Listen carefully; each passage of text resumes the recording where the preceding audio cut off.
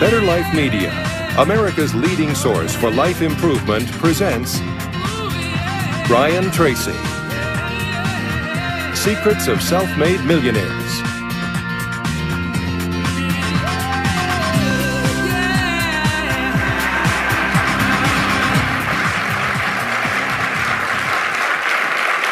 Thank you. Thank you. Thank you for being here. I have some good news for you. More people are going to make more money in the next few years than have been made in all of human history. In the year 1900, there were 5,000 millionaires in America. In the year 2000, there were 5 million millionaires. That's an increase of 1,000 times. Now, there was a leveling off in 2001, 2002. In the last 2 years, the number of millionaires has jumped 33%. It's jumped to 8.2 million millionaires in America, and virtually all of them are self-made, which means they started without a pot to you-know-what in or a window to throw it out of. And they've made it in one generation. When we look at the wealthiest people in America today, Warren Buffett, Michael Dell, of course, Bill Gates, Paul Allen, and the Walton family, all first-generation multi-billionaires.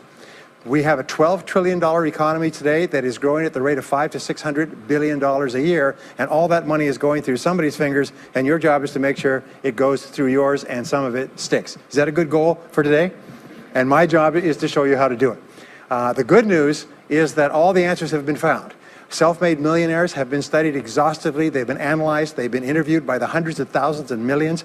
And what we know is exactly who they are and what they do and how they think and how they tick and the decisions they make and the things that they do and they don't do.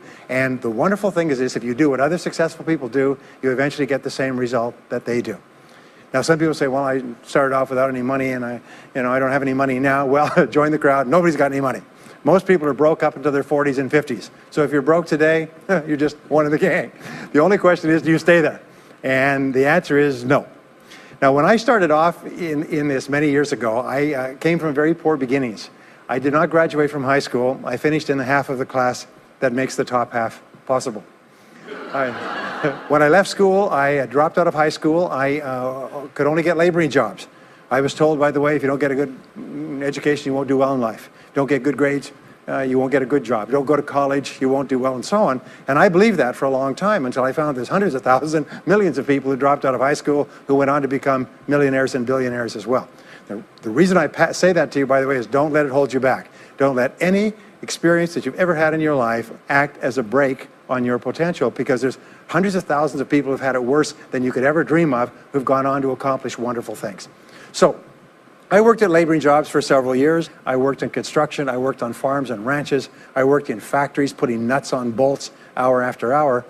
And one day, in a state of frustration, I began asking this question: why is it that some people are more successful than others? Now, in the Bible, there's the line that says, "Seek and ye shall find, for all who seek findeth. Ask and the door will be open." So I began asking other successful people, what are you doing differently from me? And they told me, and I did it, and I got better results. I got into sales when I could no longer get a laboring job, like many of you. And in sales, I noticed that one of the guys in my company was making 10 times as much as anybody else, and he was selling the same product out of the same office at the same price to the same people under the same conditions, and he was making 10 times as much as anybody else. So I went and asked him, what are you doing differently from me? And he told me, and I did it. Now, what I discovered, which changed my life and which brought us here today, is I discovered the law of cause and effect. The law of cause and effect, sowing and reaping, action and reaction, is the great universal or iron law of the universe. What it says is that everything happens for a reason, is that there are no causeless effects, is that even if we don't know what is causing the effect, we trace it back. It's the basis of the scientific process, of all medical research, of all marketing, of all business, is if you can define an effect that you want, you can trace it back and find somebody who at one time did not have that effect, and then find out what they did, and then do the same things, and you eventually get the same results. We say that success is not an accident. Failure is not an accident. Success leaves tracks. So if you just follow the tracks of other successful people, no matter where you're starting from, you eventually get to the same place that they get. Well, this was a shocker for me, because, and I learned later in psychology, by the way, that one of the two most important things we need to have to be happy and healthy is a sense of control, a feeling that we are in control of our lives, that things are happening for a reason, and a sense of coherence. a feeling that things fit together. Well, when I realized the law of cause and effect explained everything, I thought, wow. So in sales, I went to the top of my sales force. I read and I learned, attended courses, and especially I applied what I learned. And then when I got into sales management, I again read the books and took the courses and asked for advice. And when I got into real estate and importation and development and manufacturing and distribution and a whole series of businesses over the years, the first thing I did is I asked, how does it work? How do people succeed in this field? And then I buried myself and immersed myself. I spent hours and hours and hours studying, and then I did what the most successful people did. Interesting point. We say that nature is neutral. In other words, nature doesn't care who you are. It doesn't care if you're tall or short or male or female or black or white, educated or uneducated. Nature doesn't care. All that nature cares is that you do what successful people do. It's like making a recipe. Nature doesn't care if you follow a recipe. If you follow the recipe exactly, you get the dish. Nature doesn't care who's doing it. And that's the wonderful thing about our society. It's basically like justice. It's blind, is nature doesn't care. In fact, there are a lot of people who are not as smart and not as talented as you who are doing vastly better than you, not because they're better, but because they're just following proven success methods. There's nothing that will make you madder than to see somebody who's dumber than you, who's making more money than you, right? Have you had that experience? So what we do is we use proven success methods. We just find out what they are, and we do them over and over again. Quick point, nothing works the first time, okay? Please understand that. Nothing works the first time. What is the average number of times that a person tries with a new goal before they give up? Can you guess? Well, the average is less than 1. Because most people give up before they try even once. They say, that's a great goal. I'd love to be financially independent. And then they give up. They don't even try. They say, but I couldn't because of this and because of that and so on. And then they move away to a wonderful place called Someday I'll. You ever heard of Someday I'll? Someday I'll start saving money. Someday I'll get out of debt. Someday I'll lose weight. Someday I'll start a business. Someday I'll get serious about my finances. And most people live on Someday I'll. Your job and my job is to vote yourself off the island, right? And we start taking control of our lives. Well, about some years ago, I was called by a major businessman, and he asked me if I would do a talk for his 800 entrepreneurs that own separate franchises within his organization on how to become a self-made millionaire. And I said, sure. When you're a young speaker, you agree to speak on any subject. Sure, I'll speak on that subject. Now, I was just like most people. When I was young, I wanted to be a millionaire by the time I was 30. And when I hit 30, I put it off to 35. And as I got to 35, you put it off to 40. And then you kind of just don't look at it anymore. You forget about it and feel the deck is stacked against you. Well, I was about 38, 39 when he called me up and asked me. I said, sure, no problem. And I said, now, what do I know about self-made millionaires? And this is a shocker. I didn't know anything. Oh, I knew that they had more than $1 million, but that's a real basic piece of knowledge, you know. So I started thinking, what do I know about it? So I began to study them. And that's when I found out that they've been studied so thoroughly, is we know everything there is to know about them. They are a source of incredible fascination. And there's 50 years of research. So I began to read the studies and find out where they came from and what they did and how they thought and where they started and the decisions they made and the kind of people they were. One of the things that I learned, by the way, is that becoming a self-made millionaire is not the important thing. What is really important is the person you have to become a self-made millionaire. You have to become a totally different human being. One of my friends says that in order to achieve something you've never achieved before, you have to become someone you've never been before. And it's a really important insight, is the qualities that you need to develop, qualities on the inside to become a self-made millionaire, are incredible qualities that make you a vastly better person. Not only better in terms of character, determination, discipline, decision-making, strength, and so on, but they make you a far better person. They round out your character in a far better way. So the real payoff of becoming wealthy is not because you can eat more, because how many more meals can you eat? How many more clothes can you wear? But it's the kind of person that you become, and then the kind of people that you associate, the kind of life that you have. And so the things that we're going to talk about now, and I know that you're some of the smartest people in our country, so I'm going to give you these ideas very quickly, like dealing cards. What I found in my research is that there's a series of qualities that self-made millionaires have. If you have these qualities, your success is virtually guaranteed. And if you don't have these qualities, the qualities are learnable. Point number one is that all business or sales skills are learnable. All financial skills are learnable. If you can drive a car, you can learn any skill. If you can drive a car, you can learn the skill. Now, number two is you're probably only one skill away from doubling your income right now. you're probably only one skill away from setting yourself on the road to becoming a self-made millionaire. That turns out to be the case for almost everyone.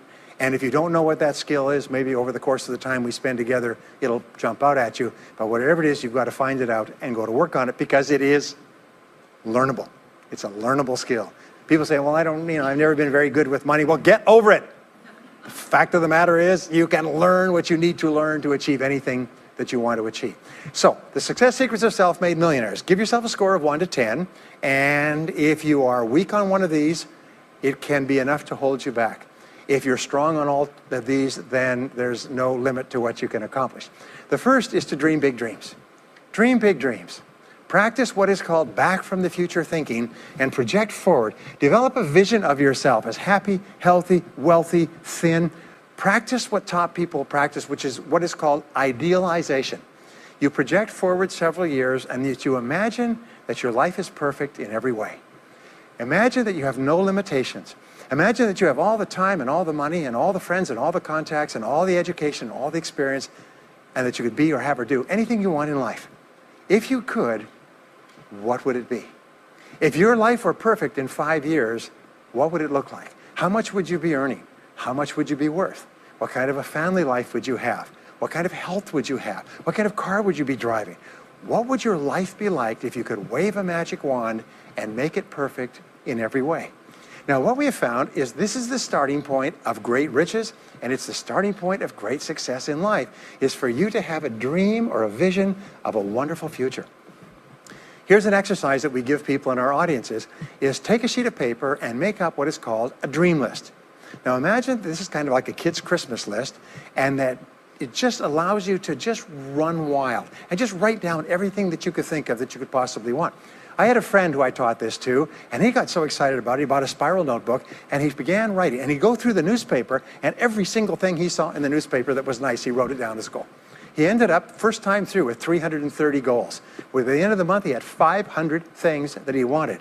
The interesting thing was that his life exploded. He activated the law of attraction, and he began to attract into his life people, circumstances, ideas, resources, insights that began to move him toward the accomplishment of the goals and began to move the goals toward him. Number 2 is to do what you love to do. Whenever you find people who are really successful in life, they're people who do what they love to do. They love their work. The great rule for success in life is to find something that you love to do and then find a way to make a living doing it. Now, when you find what you love to do, it'll be something that gives you energy, it motivates you, it enthuses you. It's probably something that you were meant to do from the time you were born. And when you ask self-made millionaires, what sort of work do you do? They'll often say, I've never worked a day in my life. I just do what I like to do. I had a graduate in my course once who came up to me and said, that's interesting. He said, when I was a little boy, I loved to study airplanes. He said, I got airplane books, and I had airplane models, and I had toy planes, and then I got into competitions with remote-controlled planes. He said, when I grew up and went to school, I studied aeronautical engineering. He said, today, he said, I'm 35. He said, I own 3 companies. One builds small aircraft. Another one repairs and services small aircraft. Another one is in leasing and chartering small aircraft. He said, I've never worked a day in my life. He said, I've just played with planes since the time I was a kid. So one of the things that you can do is go back to the time when you were young, as a child between the ages of 7 and 14, before you discovered boys or girls, and what is it that you really love to do? And you'll often find that within that is something you're supposed to do as an adult.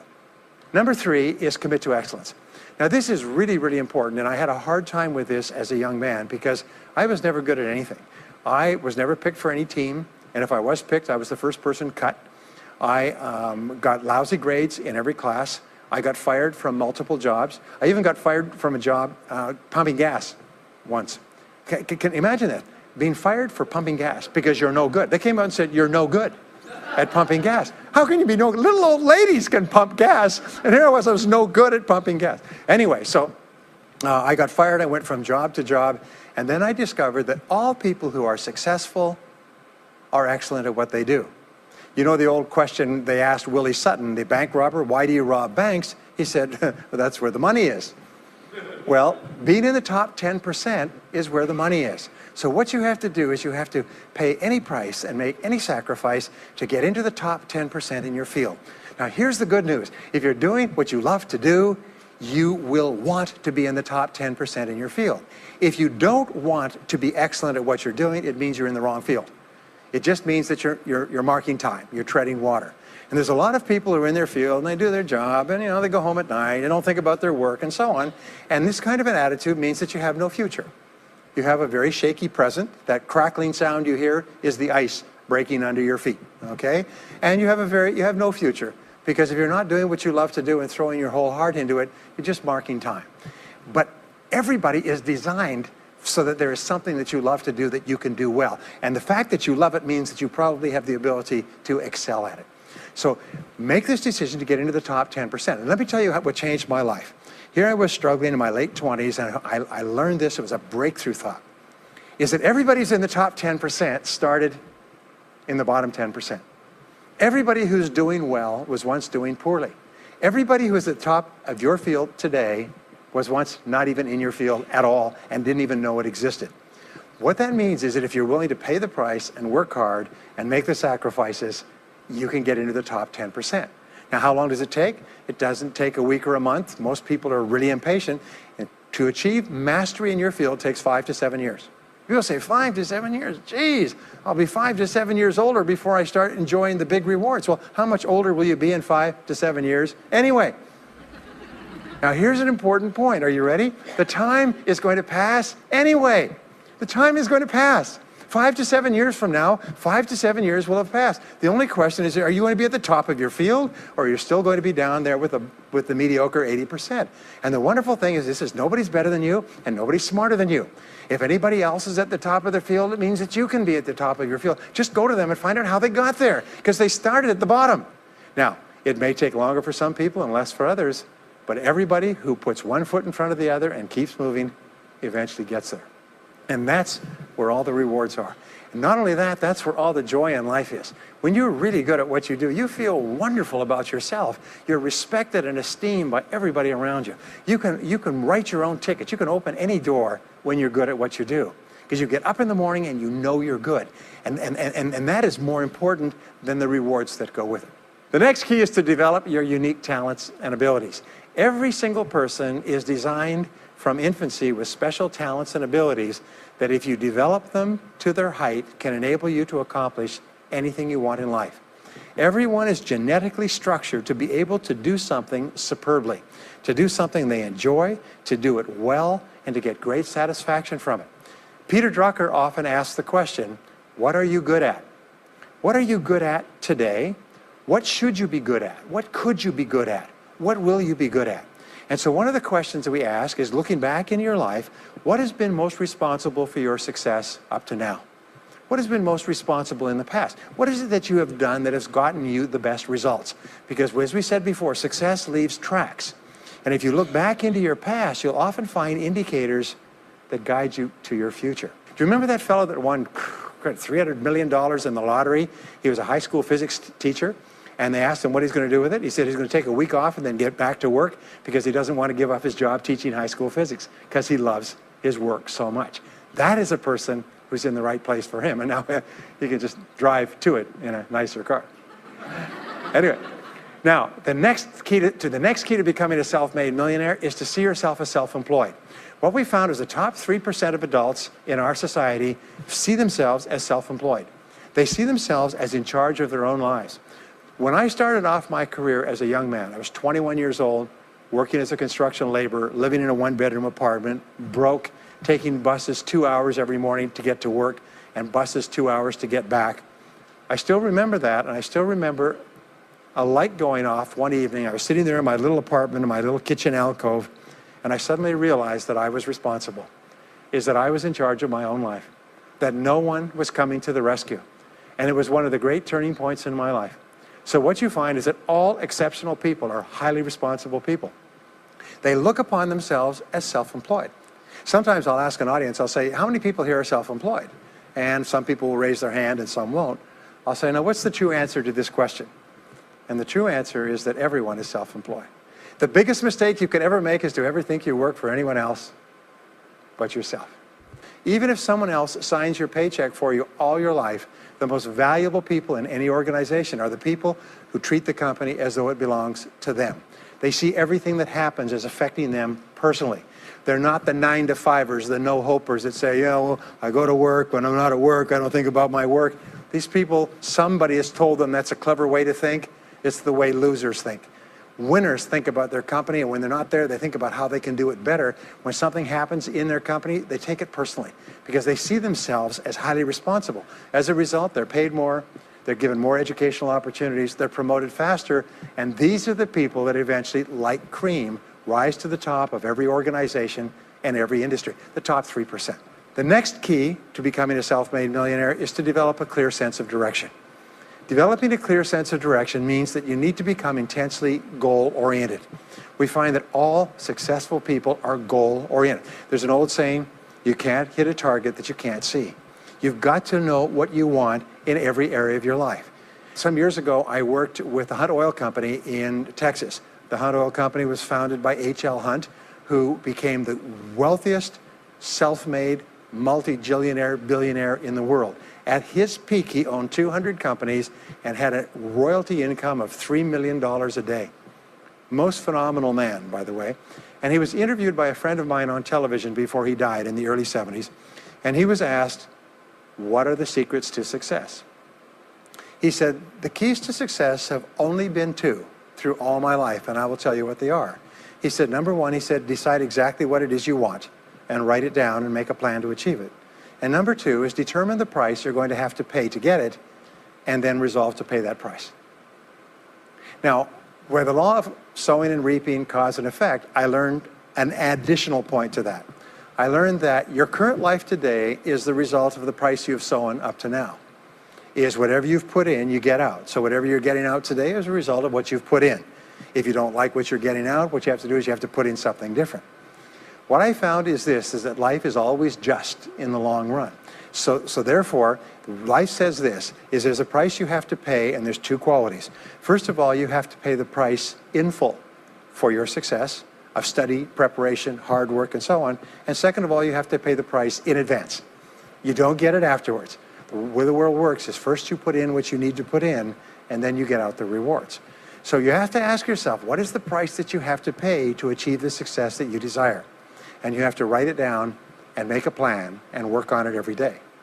Now let me give you a quick exercise, which is my only take-home or homework exercise for our time together. I want you to take a piece of paper like this and write down 10 goals that you'd like to accomplish in the next 12 months. Write the word goals and today's date at the top of the page. Write down 10 goals you'd like to accomplish, and then ask yourself this great question. If you could only accomplish one goal on this list, but you could accomplish it within 24 hours, which one goal would have the greatest positive impact on your life? Now this is a great question because it'll usually jump out at you. You say, that's the one. If I had this, that would have more of an impact on my life than anything else. Sometimes it's a financial goal, sometimes it's a health goal, sometimes it's a relationship goal. But whatever it is, put a circle around that goal and then turn the page over and write it at the top of the page. Set a deadline on the goal, make a list of everything that you could think of to do to achieve the goal, and then begin working on your list. And here's the kicker, do something every day. Do something every day that moves you one step forward towards your major goal. My promise to you that this exercise, selecting your most important goal, making a plan, and working on it every day, will change your life in ways that you cannot imagine. They say that people begin to become great when they determine their major definite purpose, their number one goal, and work on it every day. It is the secret to becoming a self-made millionaire. It's the secret to great success in life. My promise to you is a week, a month, a year from now, you'll look back and you'll be absolutely staggered at the difference it makes. I was giving a seminar not long ago, and a gentleman came up to me. He said, you know that goal-setting exercise? It changed my life 10 years ago. He said, I was broke, I was divorced. He says, I was an alcoholic, and somebody dragged me to one of your seminars. He said, and I did that exercise and I picked my major goal. He said, it changed my life. I said, in what way? He said, today, he said, I'm worth $40 million. I said, wow. He said, yes, and I owe it to that lesson. Next is refuse to consider the possibility of failure. His most amazing darn thing is that the fear of failure is the greatest single obstacle to success in adult life. And it's not failure itself, because each one of you is a professional failure. Each one of you has failed over and over and over again. Isn't that true? All of us fail. All human beings fail over and over. 9 out of 10 things that we try don't work out the way we expected. We have failures in relationships and in jobs and in careers and investments and everything. It's not the failure that holds you back. The failure makes you smarter. We say that it is the fear of failure, not failure, that holds you back. And the way that you overcome failure is you never consider the possibility of failure. The rule is this, is there's no such thing as failure, there's only feedback. Is when you try something that doesn't work, you get feedback, not failure. And recognize that most things you try aren't going to work the first few times. So what you do is you say, oh, that's an interesting bit of feedback. And you pick yourself up and you move forward and you have more feedback and you move forward. To become a self-made millionaire, you're going to fail over and over again, year after year after year. But your brain has a cybernetic mechanism, which means that every time you try something, you get feedback, which makes you smarter. And when you try something else, you get feedback, which makes you smarter. And eventually, you reach the point where you're too smart and you stop making mistakes. You start to do more and more things right and fewer things wrong. But you can't get there unless you have experienced the failures. Henry Ford once said that failure is merely an opportunity to more intelligently begin again. Now, let me pass on one great rule to you, which has been discovered in interviewing self-made millionaires. Self-made millionaires look into every failure for something good. They say, there's got to be something good in this that I can benefit from, and surprise, surprise, they always find it. Second is, self-made millionaires always seek the valuable lesson in every setback or obstacle or temporary failure, and they always find the lesson. Now, what do failures do? Failures whine and cry and think about what they've lost and blame their problems on someone else. Successful people say, what can I learn from this that will make me smarter next time? And my promise to you, those who seek find, is that if you go looking for a valuable lesson in the biggest problem that you're facing today, you'll always find the lesson. Here's another possibility. Your biggest problem today could be the biggest gift that you have ever received, because it may contain within it the lesson that will make you successful. If you stop thinking about what happened and who's to blame, and you start looking for the gift within your problem, sometimes it can transform your life. The next key is to dedicate yourself to lifelong learning. Now, what takes you from rags to riches is personal development, personal and professional development. In the 21st century, as Peter Drucker says, knowledge and skill are the keys to the 21st century. And the only thing that will be relevant, the only skill that will be relevant in the 21st century is the ability to learn new skills, because virtually everything you know is becoming obsolete at a rapid rate. Stephen Covey says that your current knowledge base has a half-life of 2 years, which means that half of everything you know will be irrelevant within 2 years. And 2 years from now, half more. So if you're not continually learning and upgrading your knowledge and skills, you're not staying in the same place. As Pat Riley says, the basketball coach says, if you're not getting better, you're getting worse. If you're not constantly learning, you're actually falling behind. So here are the 3 keys to continuous learning. Number 1 is read in your field 30 to 60 minutes each day. In other words, turn off the television, turn off the radio, put aside the newspaper, and just read in your field. The very best places to read, by the way, are books.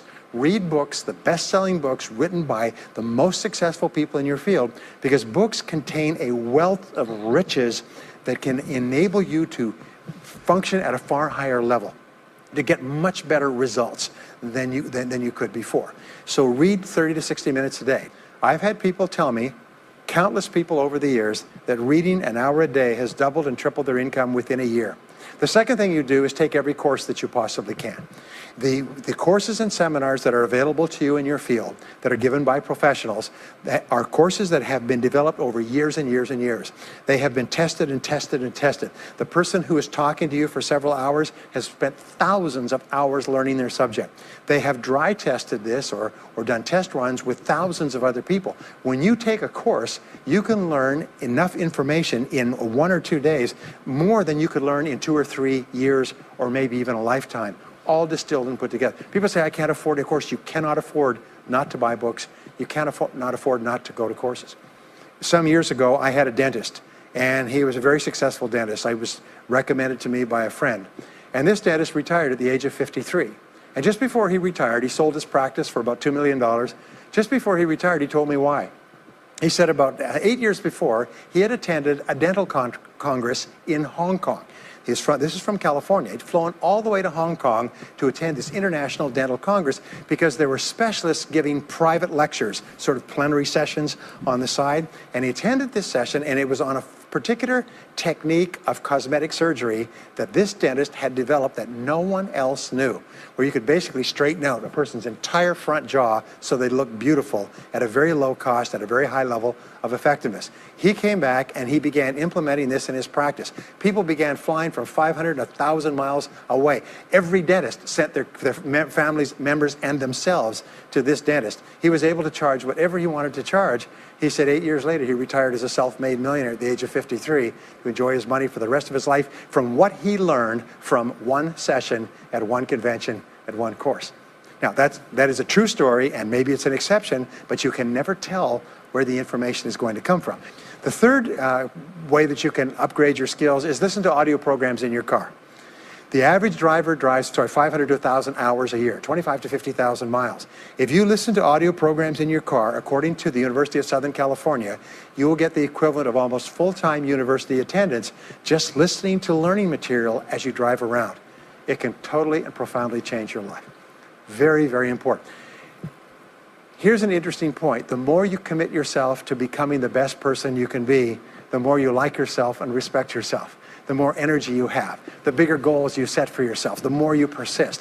When you invest in yourself and you read and learn and upgrade your skills, you're telling yourself, wow, I am a person with a great future, and it's up to me to maximize my potential. And your self-esteem goes up, your self-respect goes up, your sense of personal pride goes up, and you started to get promoted more and paid more in every part of your life.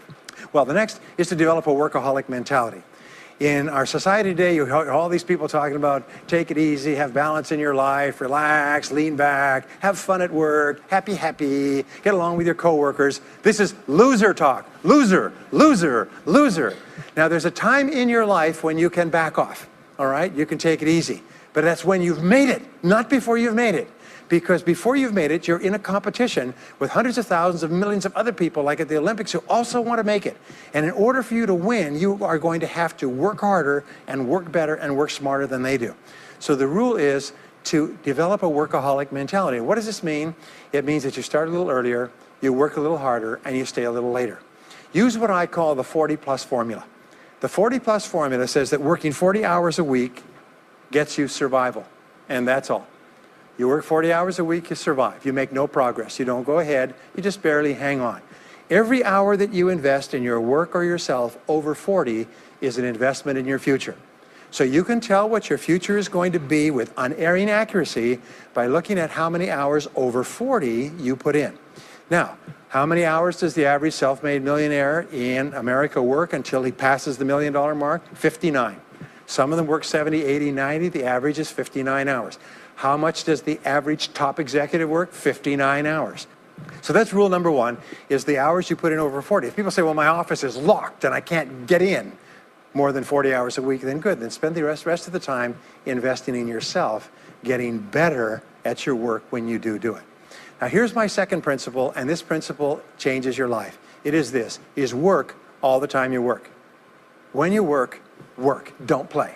Fully 50% of working time today is wasted, and it's wasted in idle conversation, personal business, family phone calls, surfing the internet, reading the newspaper, drinking coffee, long lunchtimes, coming in late and leaving early. And then the other 50%, you're scrambling because you're behind because you wasted so much time fooling around. Now you start to work, and you don't work on high priority tasks. You try to get rid of all the little stuff.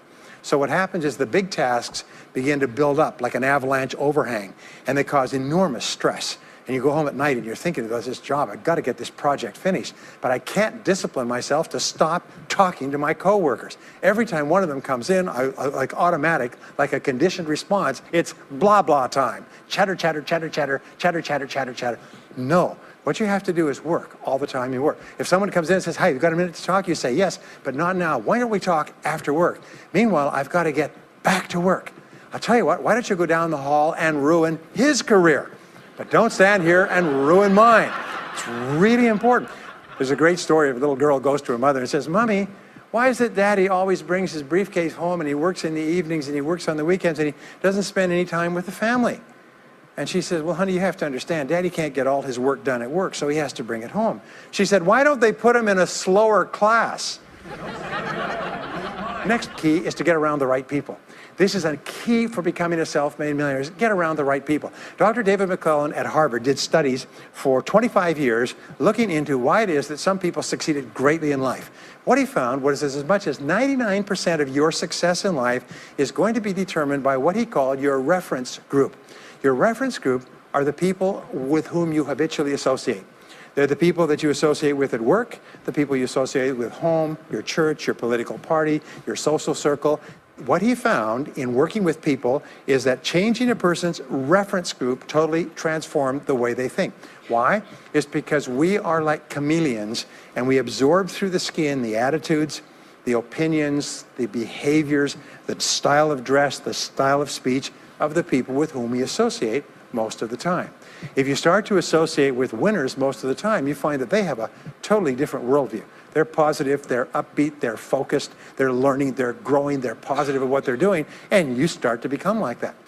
We know that our relationships determine 85% of our happiness or unhappiness in life. In other words, if you have bad relationships, personal relationships, they will drag you down worse than a sea anchor. If you work for a bad boss, it'll destroy all your joy in work. If you have one negative coworker, they found that one negative person in an office can cast a blackness over the whole office because of his or her negativity. And so the most important thing you do is you choose your relationships with care and only associate with people that you like and respect and enjoy being around. Next is be prepared to climb from peak to peak. One of the keys to becoming a self-made millionaire is to realize that life is never one continuous train. It's always up and down. So it goes up. Like if you climb a mountain peak, you have to go down into the valley before you climb the next peak. So all of life is cycles and trends. All of life is cycles and trends. And there's up cycles and there's down cycles and there's up trends and there's down trends. The question is, what is the general direction of your trends? We say this, is that life is 2 steps forward and 1 step back. Successful people focus on the 2 steps forward and then they protect themselves on the downside. They build up cash reserves. They put in stop loss orders on their stock market. They very carefully watch what they're doing. So they try to maintain that 2 steps up and then make sure that the 1 step back is not so far. And then they want to make sure that this curve is generally upward so that each time there's a step back, they're still further ahead than they were before. The next one, which is to develop resilience and bounce back.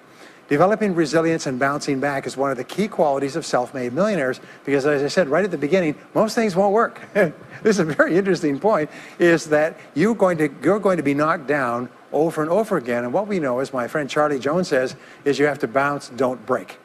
And when things go wrong, bounce. And so what I learned many years ago was this interesting technique of what is called mental rehearsal. And mental rehearsal says that you mentally prepare for the inevitable downturns before they occur. So you say, all right, in the course of life, things are going to go wrong, but when they do, I'm not going to become upset. I'm not going to get mad or angry or anything else. I am just going to take it and learn from it and pick myself up and keep going. Sometimes I ask this question, does anybody here have any problems? Everybody says yes, everybody's got problems. Well, here's the rule, is all of life is a continuous series of problems. They never end. The problems just keep on coming, like the waves of the ocean. The only break in this unbroken series of problems will be the occasional crisis. So life will be problem, problem, problem, problem, problem, problem, crisis. Problem, problem, problem, problem, problem, crisis. It's like the waves of the ocean. 6 problems and a crisis, 6 problems and a crisis. Which means that everybody here is either in a crisis right now, has just gotten out of a crisis, or is just about to have a crisis. So what we have found is this, the hallmark of superior people, 30 years of research, is how you respond to a crisis. How you deal with problems and how you respond to a crisis. And what we have found is this, is superior people look for the solution to every problem. They don't allow themselves to become upset and angry. When something goes wrong, they say, okay, what's the solution? And they become intensely solution-oriented. When you have a very intense problem, that stimulates creativity to solve the problem. So what you do is you write and define the problem clearly. If you have a problem, you say, wait a minute, what is my problem? What is it that I'm worried about? And write it down. And the very act of defining a problem clearly often triggers the solution to the problem. One last technique that I want to give you with regard to your major definite purpose. And if you only do these two things as a result of our time together, they will transform your life. You've already identified the one goal that can have the greatest positive impact on your life. Now what you do is you take that goal and you write it at the top of a page in the form of a question. And you say, let us say your goal is to double your income. That could have a major impact on your life. You say, what are all the things that I could do to double my income in the next 12 months? Write it as a clear question. Even better, if you're earning $50,000 a year today, write, what could I do to earn $100,000 over the next 12 months? The more specific the question, the better. Then you devote yourself to writing 20 answers to this question. You must write a minimum of 20 answers. Work harder, work smarter, start earlier, stay later, change occupations, upgrade my skills, whatever it is, keep forcing yourself to write till you've written 20 answers. We call this mindstorming. The first 3 to 5 answers will be easy. The next 3 to 5 answers will be difficult. The last 10 answers will be incredibly difficult. But I have given this exercise to people who've gone on to become millionaires so many times I've lost track, because they often find that the 20th answer changes their whole life. And if you've ever done this once, it's absolutely staggering. More people have become millionaires with this simple idea of mindstorming, what I call the 20 idea method, than any other single method of creative thinking ever discovered. Once you've got your 20 answers, pick one answer and take action on it immediately. Once you've got, it doesn't matter what it is, just take one answer and take action on it, and that will keep you thinking and acting creatively all day long. The next key to becoming a self-made millionaire is to become an unshakable optimist. An unshakable optimist means that you think and talk about what you want most of the time. Optimists think and talk about what they want. They look for the good in every situation. They seek the valuable lesson. They're constantly feeding their mind with great ideas, which opens up new perspectives. What I have found is that optimists have 3 wonderful qualities. Number 1 is they learn more things. As a result, they dramatically increase the likelihood that they will learn the right thing at the right time. Number 2 is they try more things, which dramatically increases the likelihood that they'll try the right thing at the right time. And number 3 is they persist. They never give up. Optimists make a decision that once they've decided they're going to become wealthy, they just never stop until they achieve that goal. Now, will they have many setbacks and obstacles and difficulties? Do you know that almost everybody succeeds in a different direction from what they originally intended or from what they originally thought? But they just keep going. Almost like a football player running down the field, running, blocking, changing, moving back, forward, continually, but never loses sight of the goal. So optimists learn more things, try more things, and persist longer. I want to leave you with the last 2 qualities of self-made millionaires. Second to the last quality is that they develop the qualities of courage and persistence. I said before, the biggest single obstacle to success is the fear of failure. The antidote to the fear of failure is the habit of courage. And what we know is that you need 2 types of courage to succeed. The first type of courage is the courage to begin. It's the courage to launch with no guarantees of success. Someone once said that if all obstacles must first be removed, nothing will ever get done. So successful people are willing to think, plan, make decisions, and then take action with no guarantees. We say leap and the net will appear. Take action with no guarantees and then learn. The second part of courage is the courage to endure. It's the courage to persist. It's the courage to keep on keeping on. It's to make the decision in advance that you will never give up. No matter what happens, you will never give up. You will get knocked down over and over again, but you'll never give up. And the interesting thing is if you make that decision in advance, you'll find yourself continually bouncing back. So courage means the courage to begin and the courage to endure. And the final quality of self-made millionaires, and Napoleon Hill called this the master key to riches.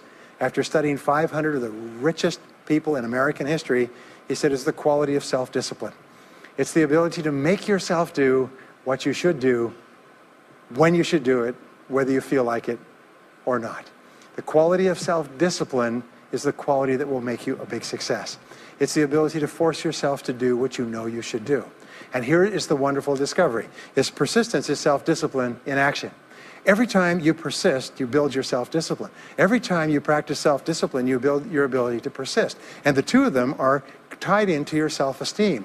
So the more you persist, the more you like yourself. And the more you like yourself, the more discipline you have. And the more discipline you have in practice, the more you like yourself. As a result, the more you persist. And eventually you get onto an upward spiral where you become absolutely unstoppable. You reach the point where you know you can achieve the goal and nothing in the world can stop you. And every step that you take forward makes you stronger and stronger and stronger until finally people say, I know one thing about him, I know one thing about her. You cannot stop him or her. Once they decided they want something, they will not stop until they get it. And when you develop that quality, there will be nothing that is impossible to you.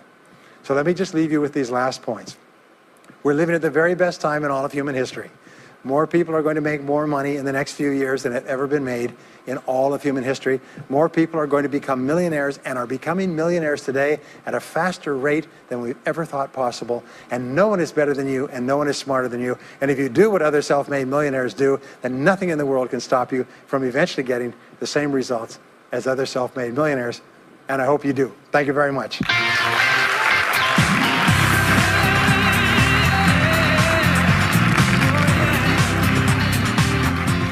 We hope you've enjoyed this special presentation of Brian Tracy's Secrets of Self-Made Millionaires.